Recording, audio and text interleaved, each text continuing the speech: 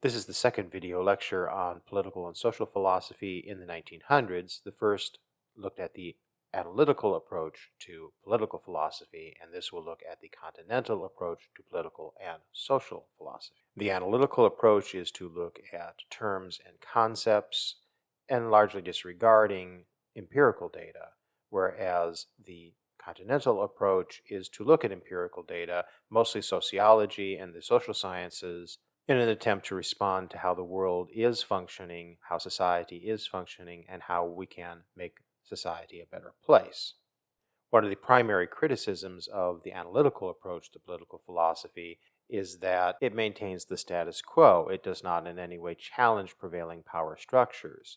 One of the chief concerns of continental approach to social and political philosophy is to look at inequality and oppression and try to find ways to alleviate it or eliminate it entirely. The analytical approach was based on rationalism in the 16 and 1700s, and continental philosophy was based more on the rise of modern political philosophy in that same time period of the 1600s and 1700s, most notably John Locke and Mary Wollstonecraft. But between 1700 and 1900, there were multiple factors that influenced social and political philosophy because the world had really changed. One chief influence on the philosophers of the 1900s in the continental tradition was the Second Industrial Revolution of the late 1800s, which was sparked by major technological advances and the harnessing of petroleum products and electricity. Society here was transformed to an even greater degree than it was during the First Industrial Revolution of the late 1700s. And of course, with the Industrial Revolution of the 1800s, you get the large criticism of that from Karl Marx. Karl Marx, of course, is a long shadow in both positive and negative ways over continental philosophy. And continental philosophers realized that while Marx's critique of capitalism and structural inequalities within society was correct, his predictions were wrong, and we needed to understand why. Many had thought that World War I would expose the fundamental problems within society, the structural inequalities of both the legacy of feudalism and capitalism itself, and many had hoped that the war to end all wars would also sweep away the old order of the aristocracy and capitalism. There were workers' revolutions and other types of revolutions in 1918, 1919, and even 1920. All of them failed with one exception, the Bolshevik Revolution in Russia, which created the Soviet Union. But of course, though the Bolsheviks said that they were Marxist, pretty much everyone knew they were not. They were just another totalitarian state. The Soviet Union, first with Lenin and then with Stalin, and especially Stalin, turned out to be a fascist dictatorship, not a workers' revolution. And many continental philosophers looked at this and tried to understand what went wrong, what went horribly, horribly wrong, and how can we rescue any sense of what is good within Marx's ideas from this appropriation of it for fascism that was happening in the Soviet Union. As for fascism, philosophers also had to deal with the rise of fascism in the 1920s and 1930s, the fascism that we normally think of, Mussolini and Hitler. For various reasons, Europeans had been very optimistic about their future, about how science and technology and increased communication and some liberal reforms, increasing social freedom, would lead society into a more reasonable and peaceful forms. The war to end all wars wasn't just a slogan, it was a dream, a possibility that maybe we could finally get over what Europe had experienced for 2 millennia of just almost constant warfare. Instead, what happened were the Nazis. And the Nazis' regime of terror directly affected multiple philosophers that we'll discuss here, but it dealt with all of Europe, all of society. It affected it quite drastically. Everyone had to deal with the reality of fascism. How could it have happened? Obviously, it's wrong, but what's wrong with it? Why did it happen? Another secondary influence was the philosophical movements of phenomenology and existentialism in the early 1900s, which brought forth the importance of how individuals perceive and live their lives. And this awareness ushered in a shift within political philosophy, that philosophers now had to think not just of political structures, but social structures and how individuals lived within those social structures. I'll talk about some of those philosophers later in this lecture, but first we need to deal with the neo-Marxists. And there are many philosophers who could be called neo-Marxists who accept that Marx had something to say, but rejected a literal, analytical, or scientific interpretation of Karl Marx. We'll deal with 4 neo-Marxists here, the first being the Hungarian György Lukács. Of the neo-Marxists, Lukács was probably the most true to Marx's original conception, but while Lukács agreed with most of Marx's economic analysis of society and capitalism, Lukács said that ultimately it is not only economic motives that drive history and the class consciousness, but an all-pervasive supremacy of the totality of capitalist society over all parts of society. Lukács saw capitalism as an objective totality of all social relations, in which the bourgeoisie, the class of the capitalists, is not conscious of the transitory character of capitalism. It is only the workers who have an awareness of what's really going on. And that's because they receive no benefit from capitalism. They have no vested interest in maintaining it. They don't have so much benefit from it that they're blinded to the luxury that they have, as the bourgeoisie were, according to Lukács. Lukács was involved in a failed Marxist-styled revolution in Hungary in 1919, but he escaped to the Soviet Union. And while there, he uncovered and translated Marx's original manuscripts, mostly personal manuscripts that he never published. Lukács collected them and published them in 1932 as the Economic and Philosophic Manuscripts of 1844. The world owes a debt of gratitude to Lukács in this, because these manuscripts are what illuminate Marx's early thinking and included his thoughts on human alienation, of what is really truly motivating the working class. And this discovery of Lukács of Marx's original thinking that had been lost was very instrumental in the development of his own thinking, and thus of later neo-Marxism. A second neo-Marxist was the Italian Antonio Gramsci. Gramsci introduced perhaps the single most important concept in neo-Marxism, cultural hegemony. Marx had focused primarily on the economic structure of capitalism, the control of the means of production. He also talked about the superstructure that capitalism and that means of production had created, which is the political structure, the superstructure of society. But Marx and most Marxist theorists after him had seen the capitalist class, the bourgeoisie, maintaining control through political and economic coercion. But Gramsci realized that this idea of coercion extended throughout all of culture. And this is somewhat similar to Lukács in thinking that there is a totality in society. Capitalism is not just economic exchange issues. Capitalism is a cultural thing that permeates all aspects of society. Gramsci really moved this idea into the forefront of all social critique. Gramsci said that the bourgeoisie propagate their values through their control of all aspects of society: the political system, the education system, the press and media, and the arts. Bourgeois values become common sense, and the proletariat, the working class, learn to associate their good with the good of the bourgeoisie. And so bourgeoisie culture and values have complete hegemony or dominance throughout all of society. And no one can see past this. They're fish swimming in this ocean of bourgeois values. And with this notion of cultural hegemony, Gramsci and others who followed his idea could now explain why the proletariat had not revolted, why it had not succeeded. Because there were more than pure economic factors at work. Marx had claimed that the fundamental contradictions of capitalism and its inherent motives of greed and competition would cause it to collapse. And Marx and many other theorists after him thought that the workers' revolution would be purely a matter of economics. The workers were alienated primarily economically, deprived of basic economic needs, and therefore revolt out of a sense of economic desperation. But Gramsci's idea of cultural hegemony allowed him to develop a view of working class emancipation from capitalism that was not dependent on the fatalism of economic determinism. Influenced by Henri Bergson's philosophy, Gramsci accepted that there are forces beyond pure materialism, beyond pure determinism. From this, Gramsci saw cultural hegemony dividing society into political aspects and civil aspects. There were the police, the military, and the legal and judicial systems. And then there's civil society, which are families, small groups, and other forms of social activism, such as trade unions. Gramsci proposed that the working class needs to understand the cultural hegemony exists and develop a counter-hegemony, a working class culture that would develop alternative values to bourgeois ideology and bourgeois values. Similar to Mary Wollstonecraft centuries earlier, Gramsci said working class people aren't stupid.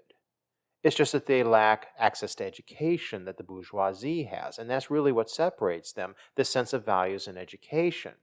Working class people, not being stupid, can organically grow their own intellectuals.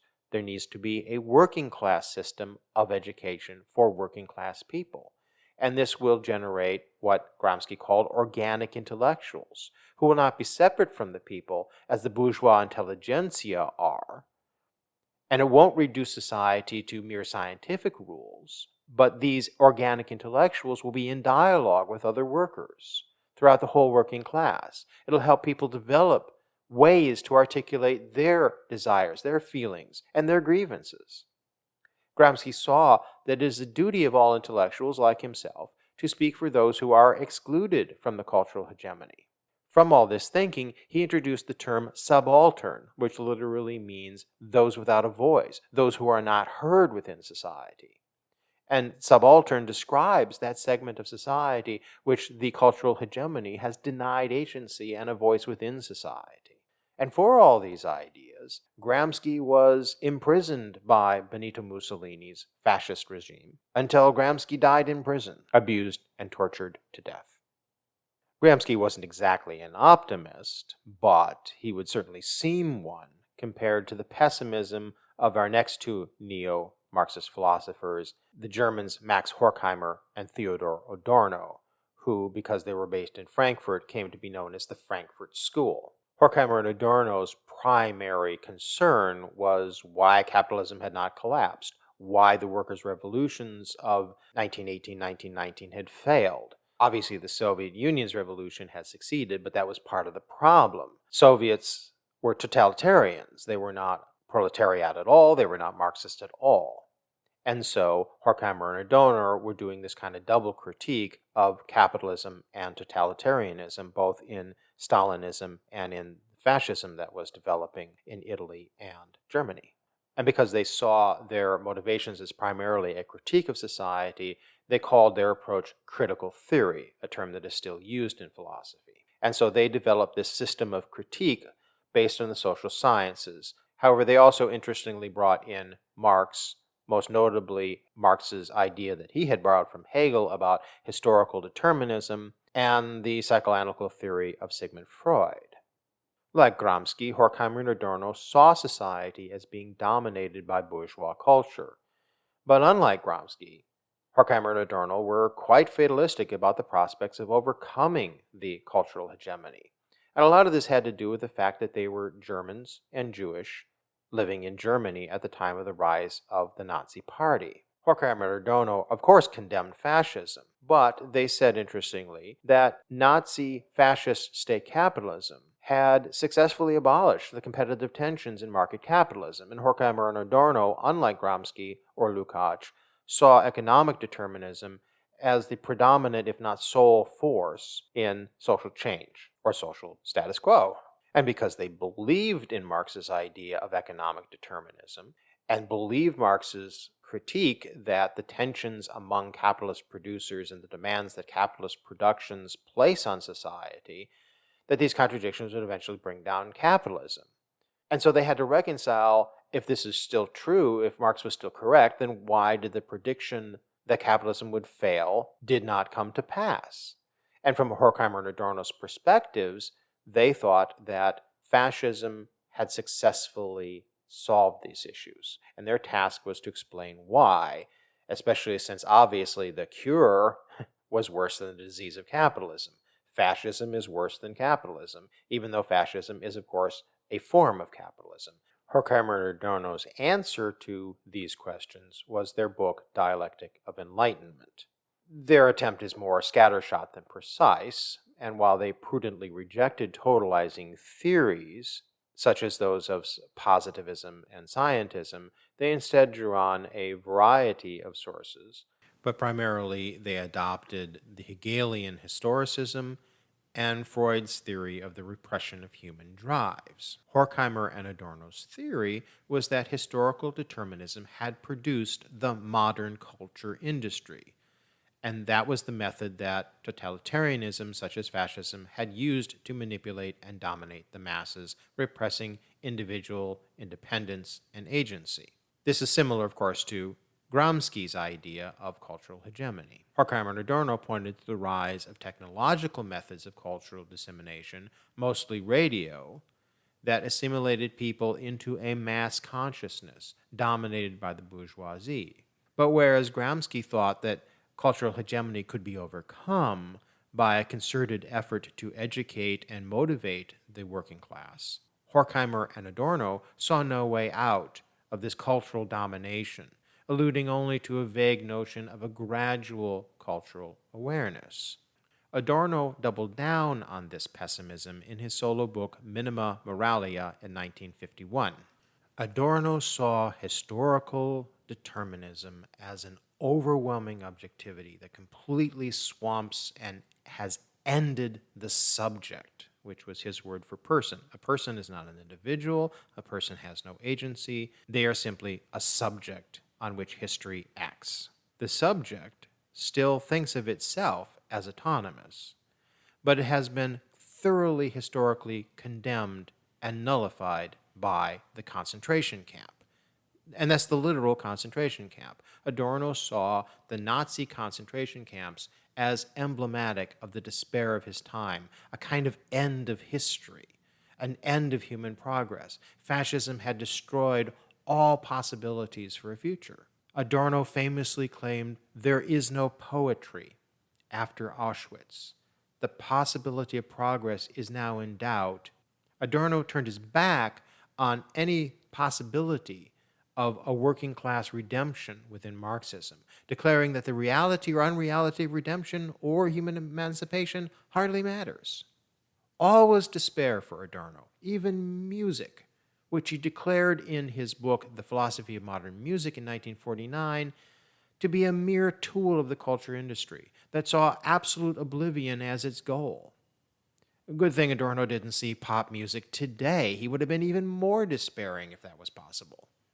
Adorno's only answer to all of this awfulness was what he called a negative dialectic, a negation of existing cultural forms among small groups of men. And he does mean men, not women. He saw these small groups as determined by history still, but that history in its determinism will fate certain individual subjects within certain artistic pursuits to hold out the possibility of future truth. Adorno's cynical condemnation of nearly everything and his notion that only a few chosen men chosen by history can fully discern what's going on has appealed to some people, mostly young people who are very cynical about the world. But Adorno's ideas have mostly been condemned by other continental political philosophers. Lukács rather poetically accused Adorno of inhabiting the grand hotel abyss. There was Adorno, equipped with all the bourgeois comforts of his class, perched on the edge of the abyss of absurdity, contemplating that abyss and doing nothing about it. Horkheimer and Adorno are considered to be the first generation of critical theory.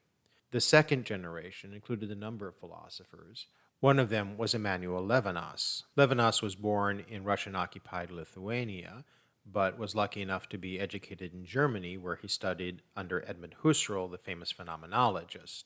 Levinas became a French citizen, served in the French army, but was captured as a prisoner of war and spent the duration of the war in a prisoner of war camp. His experiences in the camp were formative for his philosophy, but he didn't publish any philosophy stemming from those experiences until 1961 with his book Totality and Infinity.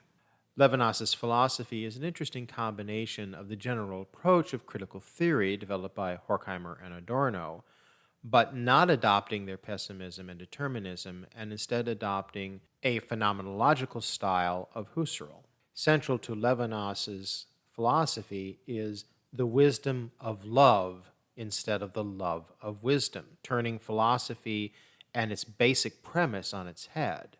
Central to Levinas's wisdom of love is the ethics of our encounter with other people, which he described as the face of the other. By face, Levinas is referring both to the literal face of another and the phenomena of the existential encounter. And he's getting these ideas from Husserl, who had himself developed the concept of the other to describe our encounters with other people and the problematic elements of that. When you encounter another human being, you know and recognize them as a human being, but you also recognize that they are other than you. They are different than you. Even if they're very similar to you, they are still a unique and distinct individual from you. And Levinas saw this encounter with the other, with other people, as having ethical obligations attached to it. And this is the starting point of philosophy, Levinas says. This interaction with other human beings and the ethical obligations that come with all of our human interactions. And Levinas stressed that this face-to-face encounter places ethical demands on us. And thus, in some respects, the encounter with other people is asymmetrical. It's not a total meeting of the minds as equals. According to Levinas, the face of the other declares, "You shall not kill me," prior to any relation we may have to the person or that person's request for moral consideration. The face of the other is where God passes, according to Levinas, where God is not understood in the sense of either the religious lawgiver or the philosophical source of being or intellect as we find in philosophy's history. No, Levinas's God is the trace of the divine in every person. There is divine value in every individual person.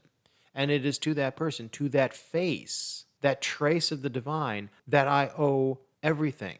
But the other owes me nothing, according to Levinas. The presence of the face is a divine commandment. Our ethical relation to it is beyond the sense of being, because we cannot reduce the other to a thing. The face of the other person, in its defenseless nudity, is a passive resistance to my own freedom. It stops me from doing whatever I want to the other person. And if all this seems a little odd, realize that Levinas is identifying a common phenomenon. To deny the moral obligation we have to others, we must first deny their faces. In doing so, we deny their humanity. And in denying their humanity, then that frees us from moral obligation to them. This is why executioners, traditionally, place a bag or blindfold on the condemned, so as to not look on that face, to not look that person in the eye. And if we think someone is lying to us, we often say, "Look me in the eye and say that." When we see someone suffering, we are tempted to turn away, to not see the face in its suffering. We should see the suffering of others as a demand on us, because our responsibility for the other is embedded in our subjective constitution. This is similar to Hume's sense of sentiment. What moves us to think that something is right or wrong morally? We have a sentiment within us. It is part of who we are as human beings, Levinas says, to feel sympathy for others. And so from this, we can see that immorality and atrocities committed against other people oftentimes necessitates a prior denial of their face, a prior denial of their humanity. And Levinas thought that these are the issues from which philosophy must start.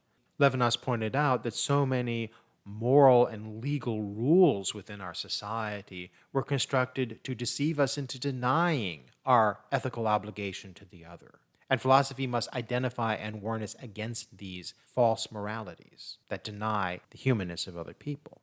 Another prominent philosopher in the second generation of critical theory was the German sociologist and philosopher Jurgen Habermas. He was originally associated with the Frankfurt School, but branched out into other areas of social philosophy. Habermas's project was to see the role of philosophy as the interpretation of culture, to understand what happens to us over and above what we want and do. Habermas attempted to understand communication in culture and how everyday communication affects human consciousness. Habermas based his philosophy on two key concepts: the public sphere and intersubjective communication. In his 1962 book, The Structural Transformation of the Public Sphere, he departed from a strict Marxist interpretation of history by considering the rise of the public sphere. Instead of Marx's dialectical materialism that separated all of society between the bourgeois and the proletariat, Habermas saw the public sphere, though predominantly a bourgeois sphere, it was not a social sphere completely controlled by the ruling powers. Historically, Habermas argued, the public sphere grew from the non-capitalist merchant class in the late 1600s, which was the time of John Locke, as society shifted away from feudalism into a liberal constitutional order. Before then, Habermas said, European culture had been dominated by ruling powers, nobles who imposed their views and values on the people. But the growth in the 1600s and 1700s of printed materials like newspapers and broadsheets, and the rise of coffee houses and similar organizations and meeting places created the public sphere. This gave the emerging middle class in society opportunities to learn about and discuss each other's ideas. This social sphere was still dominated by men of some economic means and was therefore not an ideal form of social discourse, but it was a significant historical development. Habermas credits the public sphere for innovations in political philosophy like those of Locke and Rousseau and Wollstonecraft, and for the development of liberal constitutional governments. Habermas further argued that the public sphere began to decline with the rise of commercial mass media, consumer capitalism, and the post-World War II social welfare state. Habermas said the welfare state had good intentions, but ended up collapsing the bourgeois public sphere. The historical triumph of consumer culture and mass media serving capitalist interests has stifled rational and critical dialogue among people. And this leads to Habermas's second key concept, intersubjective communication. His 1981 book, Theory of Communicative Action, is an analysis of how our everyday lives are affected by formal social systems and how we can revive the public sphere. Habermas had become pessimistic about the state of society, and his book was his ambitious program to set things right. The book is more a work of sociology than philosophy, but it makes several important philosophical observations. The first is his rejection of the common positivist, objectivist assumption in philosophy and the social sciences that everyone acts out of purposeful rationality. Habermas said that this assumption obscures the very subjective intentions of human actions. Habermas pushed instead for a practical pluralist approach to understanding human behavior that examines people's intersubjective communication. Habermas also drew the distinction in social life between the modern capitalist social system and the life world of personal everyday life. His two-level concept of society is perhaps his most important concept.